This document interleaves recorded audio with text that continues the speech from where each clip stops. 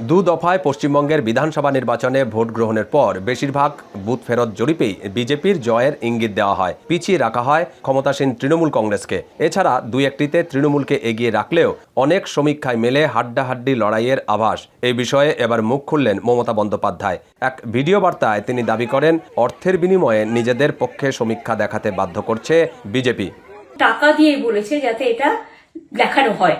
শুধু তাই নয়, 2026 সালের বিধানসভা নির্বাচনে 226টির বেশি আসনে তৃণমূল জয়লাভ করবে বলে প্রত্যাশা ব্যক্ত করেন মমতা বন্দ্যোপাধ্যায়। এমনকি 4 মে ভোট গণনা কেন্দ্রে পাহারা দিতে কর্মীদের সজাগ দৃষ্টি রাখার আহ্বান জানিয়েছেন তৃণমূল নেত্রী। 226 ক্রস করবো 2026-এ। মানুষ যে বিপুলভাবে ভোট দিয়েছে, আমার তাদের প্রতি পুরো ভরসা। এদিকে পশ্চিমবঙ্গে সর্বোচ্চ ভোটদানের রেকর্ডের পেছনে বিজেপির গোপন কোনো ক্যারিশমা আছে কিনা তা নিয়েও জল্পনা তুঙ্গে। কারণ রাজ্যটিতে তৃণমূলকে হটিয়ে এবার ক্ষমতায় যেতে আদা জল খেয়ে মাঠে নেমেছে বিজেপি। শুভেন্দু অধিকারী সহ বিজেপির সব নেতারাই এবার জয়ের ব্যাপারে বেশ আশাবাদী।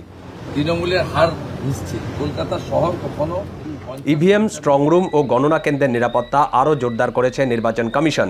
স্ট্রংরুম এবং গণনা কেন্দ্রের নিরাপত্তায় 200 কোম্পানি কেন্দ্রীয় বাহিনী মোতায়েন থাকলেও সেই সংখ্যা এবার বাড়ানো হচ্ছে। 294টি আসনের ভোট গণনা হবে 87টি কেন্দ্রে। আর রাজ্যের 202টি স্ট্রংরুমে রাখা ইভিএম পাহারায় রয়েছে মোট 607 সেকশন কেন্দ্রীয় বাহিনীর সদস্য। পশ্চিমবঙ্গে দু দফায় মিলিয়ে মোট ভোটের হার দাঁড়িয়েছে 92.85%, যা ভারতের ইতিহাসে সর্বকালের সর্বোচ্চ ভোটদানের রেকর্ড। এমনকি 2021 সালের নির্বাচনের তুলনায় এবার রাজ্যটিতে ভোটার সংখ্যা 51 লাখ কম ছিল। তবে আগের বারের তুলনায় ভোট পড়েছে 30 লাখের বেশি, যা নির্বাচনের ভাগ্য নির্ধারণ বা ভোটের ফলাফলে বড় প্রভাব ফেলবে বলে মনে করছে রাজনৈতিক বিশ্লেষকরা। দীপক দেবনাথ, পশ্চিমবঙ্গ, ভারত।